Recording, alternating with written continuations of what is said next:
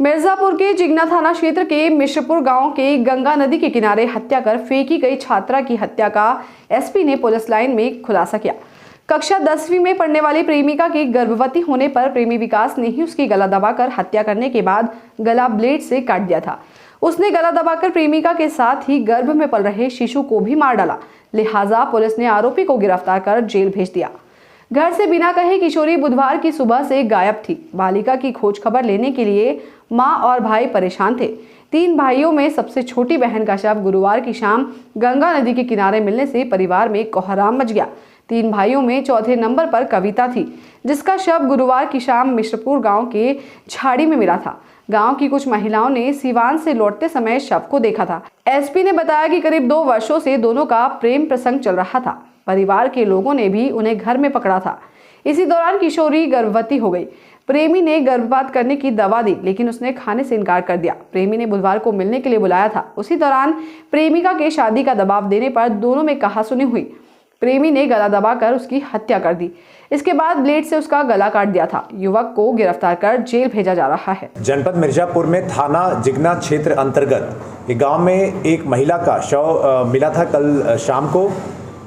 इस घटना को 12 घंटे के अंदर खुलासा कर लिया गया है और इसके संबंधी जो एक अभियुक्त है विकास निषाद, उसको गिरफ्तार भी कर लिया गया है।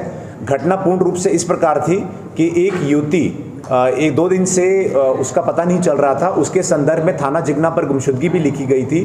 बाद में कल शाम को गंगा नदी के किनारे वहाँ पे इस युवती की लाश मिली।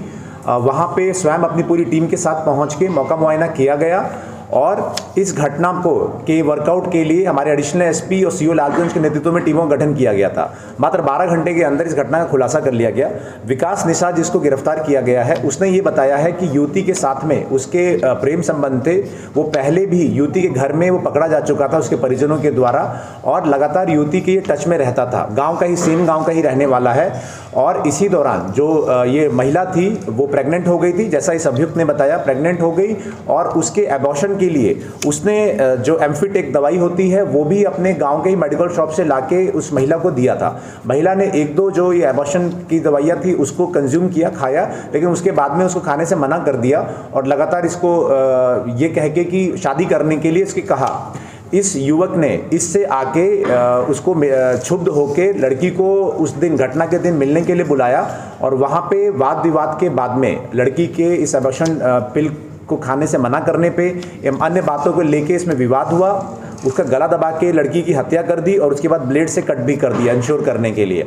इस तरीके से इसने, विकास निषाद ने, जो इस महिला का जो एक तरीके से पुरुष मित्र था, उसी ने इस घटना को कारित किया था। घटना को कम्प्लीटली वर्कआउट कर लिया गया है और जो दुकान थी मेडिकल शॉप, उसने भी अपने बयान में ये बताया है कि ये लड़का हमसे वो एम्फिट जो दवाई थी वो लेके गया था, पिछले 15 दिनों के अंदर 2 बार लेके गया था।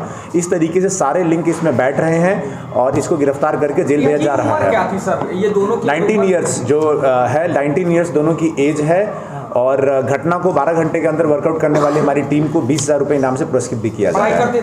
हाँ, ये पढ़ाई भी करते थे और उसी दौरान इनकी एक ही गांव के रहने वाले हैं। दोनों में इस तरीके का एक तरीके से संबंध भी था और जैसे मैंने बताया पहले भी ये पकड़े जा चुके थे घर के ही अंदर और बाद में इसने ये घटना करी। संतोष गुप्ता की रिपोर्ट।